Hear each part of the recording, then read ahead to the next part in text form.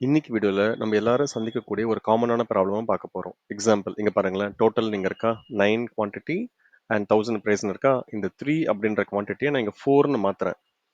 அப்பனா இது எனக்கு 10 மாறணும்ல, மாறவே இல்லை. ஆனா இங்க நான் கிளிக் பண்ணி பார்த்தா இங்க பாத்தீங்கன்னா சம் ஃபார்ம்ல கரெக்டா தான் இருக்கு, பட் மாறவே இல்லை. அதே மாதிரி இங்க பிரைஸ் இருக்கா 100 நான் 200ன்னு மாத்துறேன். அப்ப இது 1100 மாறணும் இல்லையா? ஆனா பாருங்க மாறவே இல்லை. ஸோ இந்த மாதிரி உங்களுக்கு அந்த ஃபார்முலா ஆட்டோமேட்டிக்காக கால்குலேட் பண்ண மாட்டேங்குது அப்படின்னா நீங்க என்னென்ன பண்ணணும் அப்படின்றத இப்போ நம்ம பார்ப்போம். ஃபர்ஸ்ட் நீங்க உங்க ஷீட்டோடைய பாட்டம் லெஃப்ட் அங்க வந்தீங்கன்னா இது பேர் என்ன சொல்லுவோம்னா ஸ்டேட்டஸ் பார்னு சொல்லுவோம். இந்த இடத்துல கால்குலேட் அப்படின்ற வேர்டு உங்களுக்கு தெரியுதான்னு பாருங்க. இது இருந்ததுன்னா என்ன பண்ணியிருப்பாங்க அப்படின்னா டாப்ல ஃபார்முலான்னு ஒரு பார் இருக்கா உங்களுக்கு, இந்த மெனு இருக்கா, இந்த ஹோம் அந்த மாதிரி வரப்ப இந்த ஃபார்முலான்னு இருக்குல்ல, அதை கிளிக் பண்ணுங்க. அப்படியே ரைட்ல வாங்க. இங்க வந்தீங்கன்னா கால்குலேஷன் ஆப்ஷன்ஸ் ஒன்று இருக்கா, இதை கிளிக் பண்ணுங்க. இது தெரியாம மேனுவல்ல செலக்ட் ஆயிருக்கும். இல்ல இந்த ஷீட் வந்து ரொம்ப ரொம்ப பெருசா இருந்ததுன்னா மேனுவல்ல செலக்ட் பண்ணி வச்சிருப்பாங்க.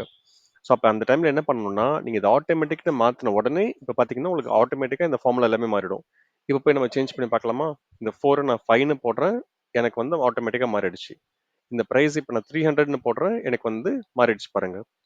ஸோ இந்த மாதிரி உங்களுக்கு வந்து எப்ப இந்த சம் ஃபார்முலா வந்து மாறாம இருக்கு, சம் மட்டும் இல்ல எந்த ஃபார்முலாமே உங்களுக்கு மாறாம இருக்கு அப்படின்னு நீங்க ஃபீல் பண்ணீங்கன்னா நீங்க போய் செக் பண்ண வேண்டிய இடம் இந்த formulas and then calculation option அப்படின்றது. இது வந்து ஷீட் ஸ்பெசிஃபிக் கிடையாது, என்டையர் ஃபைல் ஸ்பெசிஃபிக்.